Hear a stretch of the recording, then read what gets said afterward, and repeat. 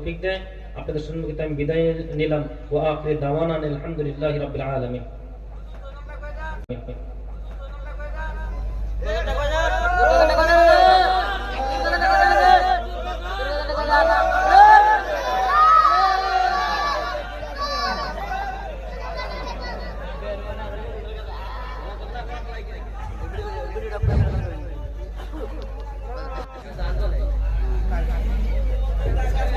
ভাই ভাই তুমি কি বলছেন?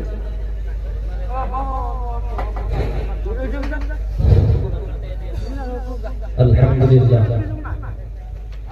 একদিন তোমায় মরতে হবে, তুমি ভুলে যেও না।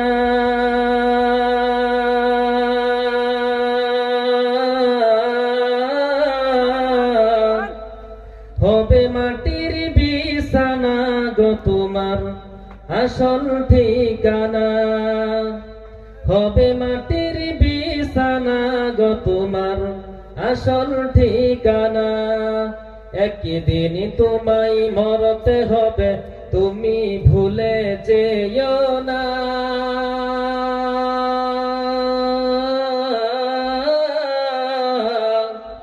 হবে মাটির বিছানা গো তোমার আসল ঠিকানা। হবে মাটির বিছানা গো তোমার আসল ঠিকানা। এই বাড়ি গাড়ি টাকা করি কিছুই রবে না।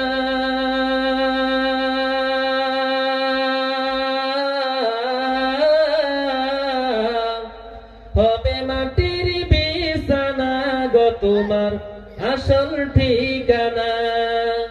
হবে মাটির বিছানা গো তোমার আসল ঠিকানা। আজরাইল ফেরেশতা যখন হাজির হবে এসে, সলচা তরি যতই করো জানবের হবে শেষে। একদিন তোমায় মরতে হবে, তুমি ভুলে যেও না।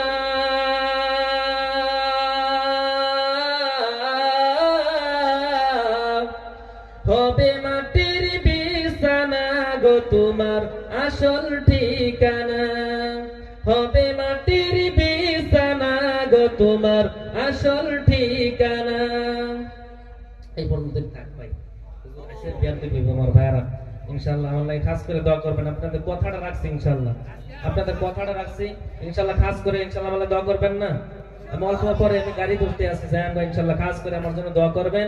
আল্লাহ পাক যাতে দিনের খেদমত যাতে করাইবার তৌফিক দেয়। তো ইনশাআল্লাহ যাইলাম। আসসালামু আলাইকুম ওয়া রাহমাতুল্লাহ। मदरसे के तमाम तलबा से गुजारिश, तरुण वक्ता मौलाना ইকরামুল হুসাইনের বক্তব্য শুনলেন। মধুর কণ্ঠে বক্তব্য দিয়েছেন, হাদিস এবং কোরআন সুন্দর করে বুঝাইছেন। ভাই আমরা যদি হাদিস এবং কোরআনের উপরে আমল করি, নিশ্চয় করে আল্লাহ তাআলা জান্নাত দান করবেন। খালি শুনলাম, শোনা পর্যন্ত যদি শেষ করি, আমল যদি না করি, ভাই এই শোনার কোনো দাম নাই। ওই যে পিছনে যারা দাঁড়ায় আছি, ভাই ভারে ভারে অনুরোধ করা হইতেছে, আপনারা আগে আসেন, বসেন, সম্মুখে জায়গা আছে, খালি আছে। এখন আপনাদের আমন্ত্রিত অতিথি, মুখ্য অতিথি নিশ্চয় করে ওই ব্যক্তি হয় যিনি বক্তব্য অন্য বক্তব্য থেকে কিছু একটু ভালো করে দিতে পারেন। ওনার ডিগ্রিও বহুত, মুফতি হাফিজ মুফতি আবুল বাশার সাহাব, মোহতামিম মাদ্রাসা দারুল উলুম ফরকানিয়া কামরূপ, অনেক দূর থেকে আপনাদের ডাকে সাড়া দিয়েছেন। আমরা যদি জমে বসে আদবের সহিত ওনার সম্মুখে বসে যদি ওনার বক্তব্য শুনি, উনি খালি এই জায়গায় বক্তব্য করবেন না, অনেক জায়গায় উনি যান, আপনাদের আদব দেখে উনি অনেক জায়গায় আপনাদের তারিফও করবেন যে না এই জায়গার মানুষগুলা সভ্যতা আছে, ভদ্র আছে, হাদিস কোরআনের জ্ঞান তাদের আছে।